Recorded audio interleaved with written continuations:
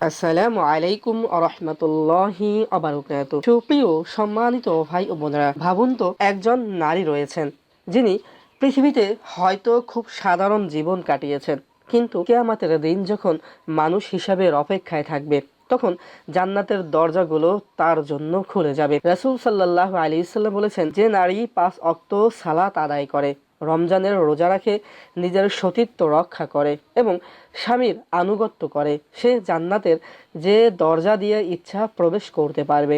মুসনাদ আহমদ। ভাবুন, জান্নাতের ৮টি দরজা তার জন্য খুলে যাবে। কিন্তু প্রশ্ন হলো, কি সেই গুণগুলো যা একজন নারীকে জান্নাতের এত কাছাকাছি নিয়ে যেতে পারে? কেন কিছু নারী আল্লাহর কাছে এত প্রিয় হয়ে যান? আজ আমরা জানব জান্নাতি নারীর ৮টি মহামূল্যবান লক্ষণ, যা কোরআন ও সহিহ হাদিসে বর্ণিত হয়েছে। সম্ভবত এই গুণগুলোর কিছু আপনার মধ্যেও রয়েছে, আর যদি না থাকে আজ থেকেই শুরু করা যেতে পারে ইনশাআল্লাহ। কারণ জান্নাতের পথ আজ থেকেই শুরু হোক। আজ থেকেই আপনি প্রতিজ্ঞা করুন, এই ৮টি লক্ষণ সম্পর্কে আপনি জানবেন এবং যে লক্ষণগুলো আপনার মধ্যে নেই সেই লক্ষণগুলো অর্জন করার জন্য আজ থেকেই চেষ্টা করবেন ইনশাআল্লাহ। আল্লাহ পাক রব্বুল আলামিন আপনার চেষ্টার মধ্যে বরকত দান করবেন এবং আপনিও সেই ৮টি গুণের অধিকারী হবেন। সুপ্রিয় সম্মানিত ভাই ও বোনেরা, আপনারা দেখছেন আমাদের প্রিয় ইসলামিক চ্যানেল। এই চ্যানেলের মাধ্যমে আমরা আল্লাহ পাক রব্বুল আলামিন এবং রাসূল সাল্লাল্লাহু আলাইহি ওয়াসাল্লামের একটি পবিত্র কথা হলেও আপনাদের কাছে পৌঁছে দেওয়ার চেষ্টা করি। সবার আগে ভিডিও পেতে আমাদের চ্যানেলটি সাবস্ক্রাইব করবেন। যদি আগে থেকেই সাবস্ক্রাইব করে রাখেন তাহলে অসংখ্য ধন্যবাদ। আমাদের ভিডিওতে লাইক করবেন এবং আপনার মূল্যবান মতামত কমেন্ট করে জানাবেন। ভিডিওটি অবশ্যই সবার সাথে বেশি বেশি শেয়ার করবেন। তাহলে চলুন সুপ্রিয় সম্মানিত ভাই ও বোনেরা, ভিডিওর মূল আলোচনা শুরু করা যাক। জান্নাতি নারীর ৮টি গুরুত্বপূর্ণ লক্ষণের মধ্যে তার প্রথম লক্ষণ হলো ঈমান ও আল্লাহ পাক রব্বুল আলামিনকে ভয় করেন, অর্থাৎ তাকওয়া অর্জনকারী নারী। জান্নাতি নারীর সবচেয়ে বড় পরিচয় হলো তার অন্তরে গভীর ঈমান। আল্লাহ তাআলা বলেন, নিশ্চয় আল্লাহর কাছে সবচেয়ে সম্মানিত সেই ব্যক্তি যে সবচেয়ে বেশি তাকওয়াবান। সূরা হুজরাত। তাকওয়া মানে শুধু আল্লাহকে ভয় করা নয়, তাকওয়া মানে আল্লাহকে সবসময় উপস্থিতি মনে করা। একজন জান্নাতি নারী জানেন তিনি একা নন, আল্লাহ পাক রব্বুল আলামিন তাকে দেখছেন। তাই সে গোপনে পাপ করে না, অন্যায় থেকে দূরে থাকে, হারাম থেকে নিজেকে বাঁচিয়ে রাখে। রাসূল সাল্লাল্লাহু আলাইহি সাল্লাম বলেছেন, তুমি আল্লাহ পাক রব্বুল আলামিনের এমন ভাবে ইবাদত করো যেন তুমি তাকে দেখছো, আর যদি তা না পারো তবে বিশ্বাস রাখো সে তোমাকে দেখছে। সহিহ মুসলিম। এই অনুভূতি একজন নারীর জীবনকে বদলে দেয়। দ্বিতীয় লক্ষণ হলো সালাতের প্রতি গভীর ভালোবাসা। জান্নাতি নারী নামাজকে বোঝা মনে করে না, বরং নামাজ তার হৃদয়ের শান্তি।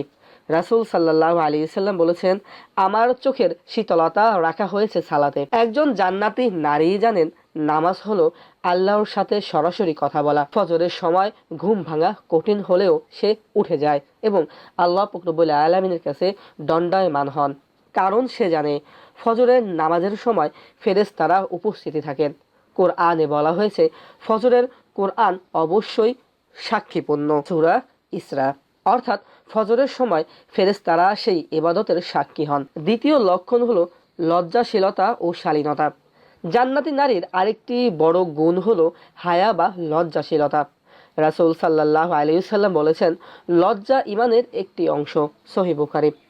লজ্জা মানে শুধু চুপ থাকা নয়, বরং চোখের লজ্জা, কথার লজ্জা, পোশাকের লজ্জা, আচরণের লজ্জা।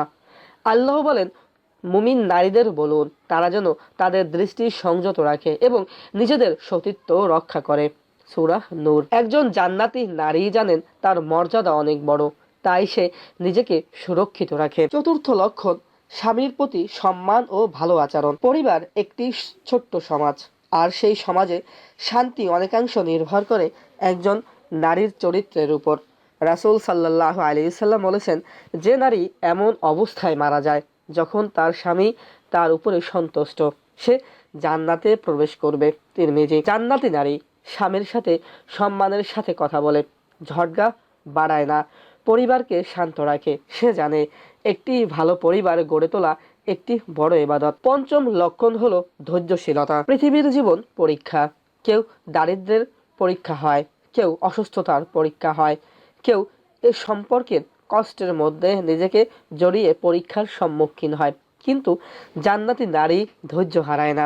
আল্লাহ বলেন, নিশ্চয়ই ধৈর্যশীলদেরকে তাদের প্রতিদান সীমাহীনভাবে দেওয়া হবে। সূরা জুমার। ইতিহাসে অনেক ধৈর্যশীল নারীর উদাহরণ রয়েছে, যেমন হযরত আসিয়া আলাইহি ওয়াসাল্লাম। তিনি ছিলেন ফেরাউনের স্ত্রী, তবুও ঈমানের জন্য অমানবিক নির্যাতন সহ্য করেছিলেন। শেষ মুহূর্তে তিনি দোয়া করেছিলেন, হে আমার রব, আপনার কাছে জান্নাতে আমার জন্য একটি ঘর তৈরি করুন। সূরা তাহরিম। ষষ্ঠ লক্ষণ হলো দানশীলতা। রাসূল সাল্লাল্লাহু আলাইহি সাল্লাম একদিন নারীদের উদ্দেশ্যে বলেছিলেন, হে নারীরা, তোমরা বেশি বেশি সদকা করো। সহিহ বুখারী। কারণ দান ও সদকা শুধু টাকা দিয়ে হয় না। দান হতে পারে একটি হাসি, একটি ভালো কথা, একজন অসহায়ের পাশে দাঁড়ানো। একজন জান্নাতি নারী জানেন, মানুষকে সাহায্য করা মানেই আল্লাহকে সন্তুষ্ট করা। সপ্তম লক্ষণ গীবত ও কটু কথা থেকে দূরে থাকা। মানুষের অনেক গুণ নষ্ট হয়ে যায় শুধু জিহ্বার কারণে। রাসূল সাল্লাল্লাহু আলাইহি সাল্লাম বলেছেন, যে ব্যক্তি আল্লাহ ও পরকালের বিশ্বাস করে সে যেন ভালো কথা বলে অথবা চুপ থাকে। সহিহ বুখারী। জান্নাতি নারী গীবত করে না, মানুষকে অপমান করে না, তার কথায় থাকে শান্তি।